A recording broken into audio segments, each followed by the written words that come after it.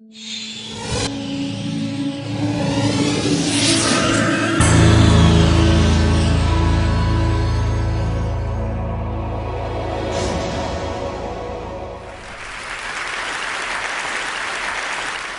a garbage man. And you might find it interesting that I became a garbage man because I absolutely hate waste. I hope within the next 10 minutes to change the way you think about a lot of the stuff in your life. And I'd like to start at the very beginning. Think back when you were just a kid. How did you look at the stuff in your life? Perhaps it was like these toddler rules. It's my stuff if I saw it first. The entire pile is my stuff if I'm building something. The more stuff that's mine, the better. And of course, it's your stuff if it's broken.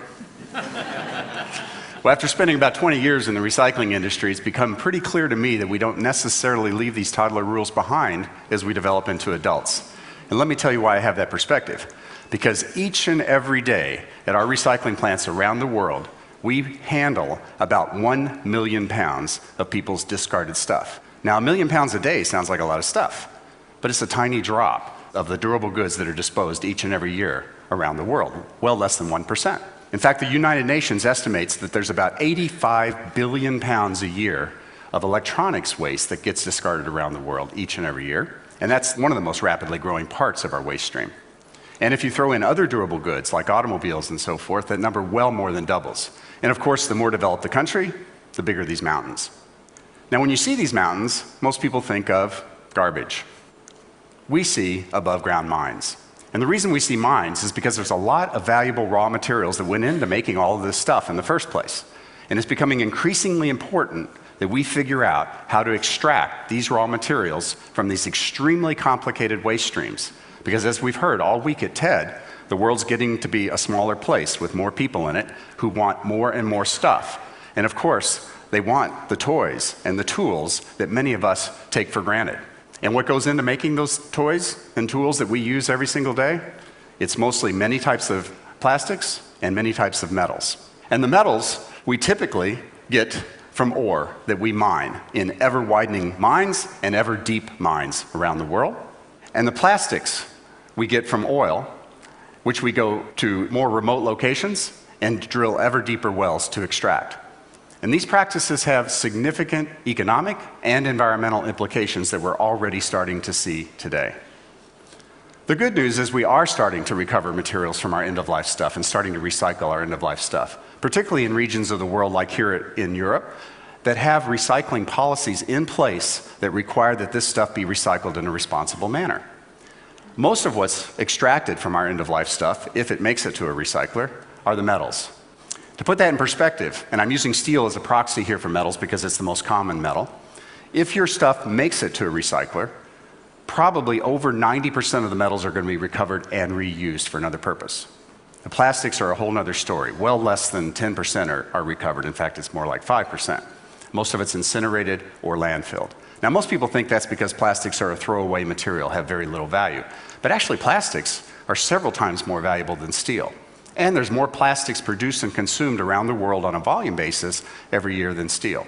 So why is such a plentiful and valuable material not recovered at anywhere near the rate of a less valuable material? Well, it's predominantly because metals are very easy to recycle from other materials and from one another. They have very different densities, they have different electrical and magnetic properties, and they even have different colors. So it's very easy for either humans or machines to separate these metals from one another and from other materials. Plastics have overlapping densities over a very narrow range. They have either identical or very similar electrical and magnetic properties, and any plastic can be any color, as you probably well know. So the traditional ways of separating materials just simply don't work for plastics. Another consequence of metals being so easy to recycle by humans is that a lot of our stuff from the developed world, and sadly to say, particularly from the United States, where we don't have any recycling policies in place, like here in Europe, finds its way to developing countries for low-cost recycling. People for as little as $1 a day pick through our stuff, they extract what they can, which is mostly the metals, circuit boards and so forth, and they leave behind mostly what they can't recover, which is, again, mostly the plastics. or they burn the plastics to get to the metals in burn houses like you see here, and they extract the metals by hand. Now, while this might be the low economic cost solution, this is certainly not the low environmental or human health and safety solution. I call this environmental arbitrage, and it's not fair, it's not safe, and it's not sustainable.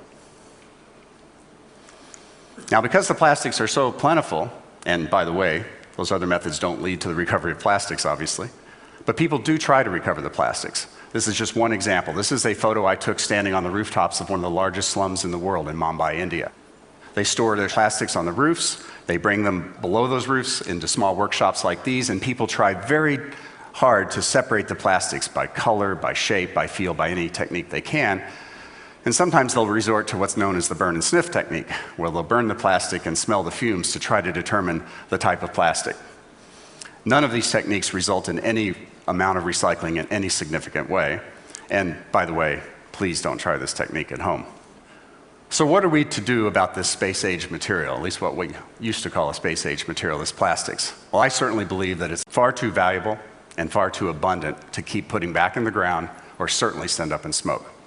So about 20 years ago, I literally started in my garage tinkering around trying to figure out how to separate these very similar materials from each other, and eventually enlisted a lot of my friends in the mining world, actually, in the plastics world. And we started going around to mining laboratories around the world because, after all, we're doing above-ground mining. And we eventually broke the code. This is the last frontier of recycling. It's the last major material to be recovered at any significant amount on the Earth, and we finally figured out how to do it. And in the process, we started recreating how the plastics industry makes plastics. The traditional way to make plastics is with oil or petrochemicals. You break down the molecules, you recombine them in very specific ways to make all the wonderful plastics that we enjoy each and every day. We said there's got to be a more sustainable way to make plastics, and not just sustainable from an environmental standpoint, sustainable from an economic standpoint as well. Well, a good place to start is with waste. It certainly doesn't cost as much as oil, and it's plentiful, as I hope that you've been able to see from the photographs. And because we're not breaking down the plastic into molecules and recombining them, we're using a mining approach to extract the materials. We have significantly lower capital costs in our plant and equipment. We have enormous energy savings. I don't know how many other projects on the planet right now can save 80 to 90% of the energy compared to making something the traditional way. And instead of plopping down several $100 million to build a chemical plant that will only make one type of plastic for its entire life, our plants can make any type of plastic we feed them. And we make a drop-in replacement for that plastic that's made from petrochemicals. Our customers get to enjoy huge CO2 savings, they get to close the loop with their products, and they get to make more sustainable products. In the short time period I have, I want to show you a little bit of a sense about how we do this. It starts with metal recyclers, who shred our stuff into very small bits. They recover the metals and leave behind what's called shredder residue. It's their waste. A very complex mixture of materials, but predominantly plastics. We take out the things that aren't plastics, such as the metals they miss, carpeting, foam, rubber, wood, glass, paper, you name it, even an occasional dead animal, unfortunately. And it goes in the first part of our process here, which is more like traditional recycling. We're sieving the material, we're using magnets, we're using air classification. It looks like a Willy Wonka factory at this point. At the end of this process, we have a mixed plastic composite, many different types of plastics and many different grades of plastics. This goes into the more sophisticated part of our process, and the really hard work, multi-step separation process begins. We grind the plastic down to about the size of your small fingernail. We use a very highly automated process to sort those plastics, not only by type, but by grade. And out the end of that part of the process come little flakes of plastic, one type, one grade. We then use optical sorting to color sort this material. We blend it in 50,000-pound blending silos. We push that material to extruders where we melt it, push it through small die holes, make spaghetti-like plastic strands, and we chop those strands into what are called pellets. And this becomes the currency of the plastics industry. This is the same material that you would get from oil. And today, we're producing it from your old stuff. And it's going right back in to your new stuff.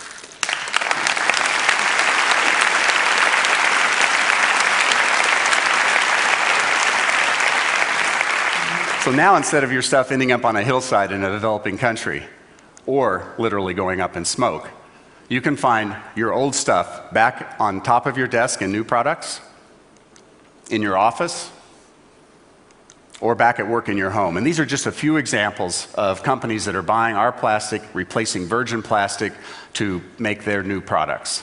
So, I hope I've changed the way you look at least some of the stuff in your life. We took our clues from Mother Nature. Mother Nature wastes very little, reuses practically everything. And I hope that you stop looking at yourself as a consumer. That's a label I've always hated my entire life. And think of yourself as just using resources in one form until they can be transformed to another form for another use later in time. And finally, I hope you agree with me to change that last toddler rule just a little bit to, if it's broken, it's my stuff. Thank you for your time.